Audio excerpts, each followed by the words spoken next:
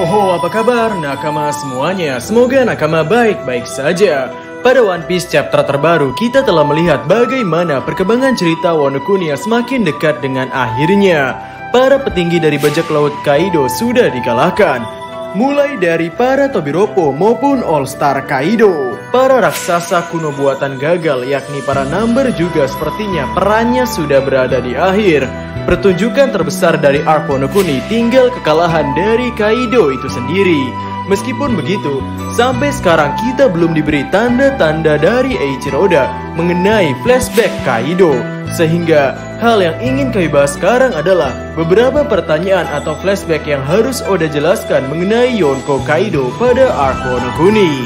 Jadi, tanpa basa-basi lagi, langsung saja mari kita mulai.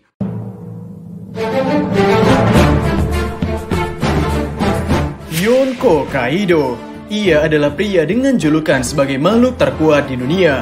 Pepatah mengatakan, jika Kaido bertarung 1 lawan 1, maka bertaruhlah pada Kaido. Ini menunjukkan betapa superiornya Kaido. Masih belum diketahui apakah Kaido sudah sesuperior ini saat masih di bajak laut Rocks atau setelah bajak laut Rocks bubar. Sebagai seorang bajak laut yang kelihatannya kejam, ya bukan kelihatannya, memang Kaido adalah bajak laut yang kejam. Kami kira Kaido tidak tertarik akan harta yang dibicarakan oleh Roger ataupun sesuatu yang berbau dengan Joy Boy. Ketika Kaido ditunjukkan memiliki ambisi yang sama seperti Luffy dalam menemukan One Piece dan mengenal nama Joy Boy, persepsi orang-orang mengenai Kaido sedikit berubah.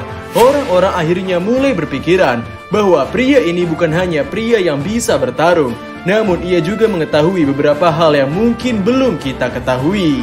Ya, sungguh misterius. Jadi inilah pertanyaan-pertanyaan yang harus Oda jelaskan di beberapa chapter ke depan. Nomor pertama, kenapa Kaido memilih Wano Kuni sebagai markasnya?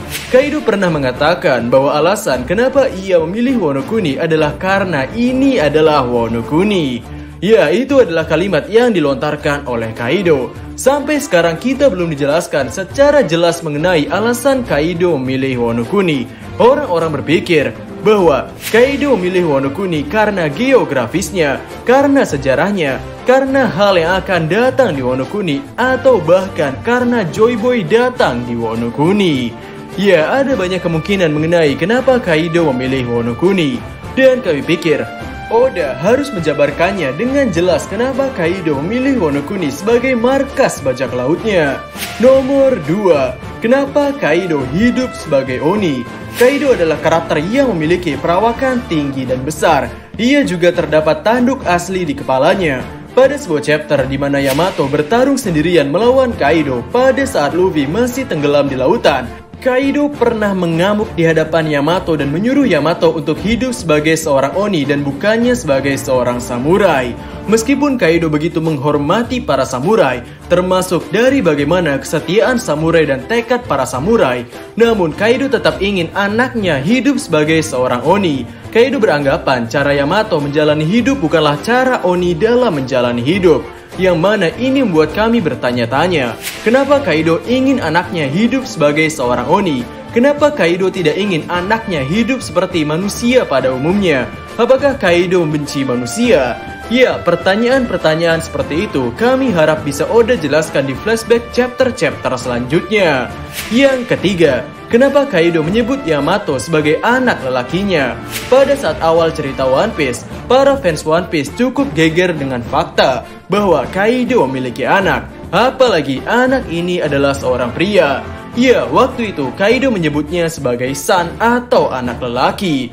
Namun setelah cerita berjalan, kita mengetahui bahwa anak Kaido ternyata bukanlah seorang lelaki, melainkan seorang perempuan yang bernama Yamato. Yang mana ini cukup mengherankan, kenapa Kaido menyebut anaknya sebagai anak lelakinya. Apalagi Yamato sendiri ingin menjadi seorang Oden Kozuki, yang mana Oden adalah musuh Kaido. Dan Kaido tidak ingin anaknya hidup seperti seorang samurai.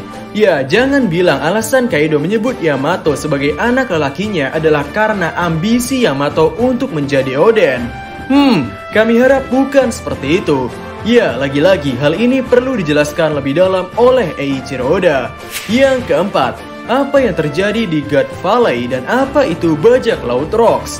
Cerita mengenai God Valley disebutkan selama arc Wano Kuni berjalan, tepatnya di selingan arc Wano Kuni, yakni God Valley disebutkan oleh seorang pria bernama Sengoku. Pada zaman dahulu, Garp dan Roger pernah bekerja sama untuk mengalahkan satu bajak laut besar yang tengah menguasai lautan saat itu, yakni bajak laut Rocks. Bajak laut yang isinya adalah orang-orang yang saat ini menjadi seorang Yonko.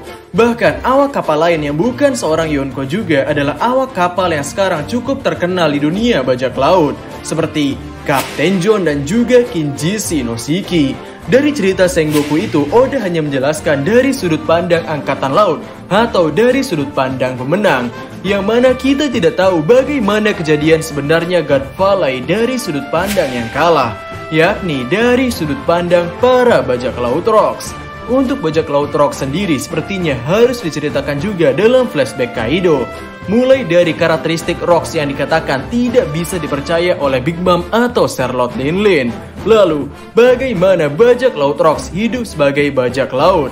Atau setidaknya, kenapa bajak laut Rocks singgah di pulau yang bernama God Valley? Ini semua masih menjadi abu-abu dan perlu dijelaskan oleh Eiichiro Oda. Yang kelima, pertemuan antara Shanks dengan Kaido. Meski ini kecil kemungkinannya untuk diceritakan, namun kami berharap Eiichiro Oda punya waktu untuk menceritakan kejadian yang sebenarnya ketika Shanks bentrok dengan Kaido, di mana Kaido yang sekarang bisa bertarung sendirian selama semalaman dengan meng-carry Pulau Onigashima dalam waktu yang lama. Dan bisa-bisanya, bentrok dengan Shanks itu terjadi dalam waktu yang cukup singkat.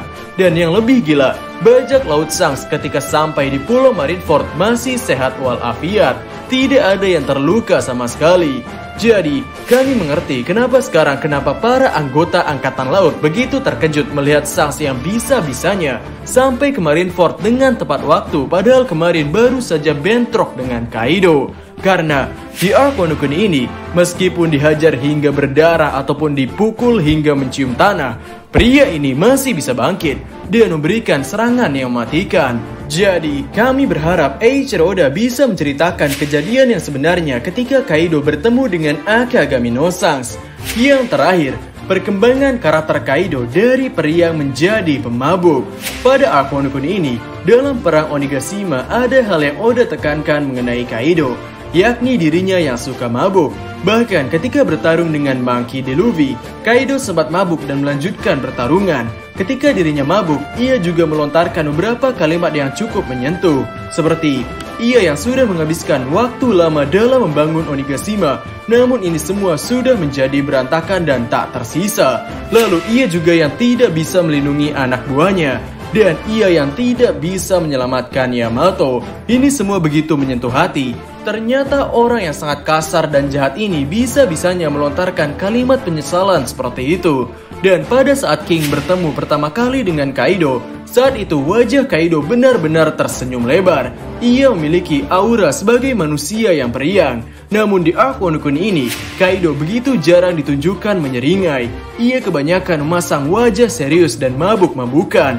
Kami penasaran, cobaan hidup macam apakah yang menimpa Kaido hingga ia menjadi seperti ini? Apakah ia merasa gagal menjadi seorang ayah? Apakah ia kehilangan ibu Yamato? Ataukah sesuatu yang lain? Sehingga itulah beberapa pertanyaan yang seharusnya Oda jelaskan dalam flashback beberapa chapter ke depan. Sebetulnya masih ada banyak pertanyaan atau rasa penasaran yang ada dalam diri kami mengenai Kaido ini. Tapi ya, itu saja video untuk hari ini. Bagaimana menurut nakama semuanya? Berikan komentar kalian atau berikan koreksi kalian semua atas pendapat kami tersebut di kolom komentar di bawah. Jadi, kami Diskusope dan terima kasih banyak.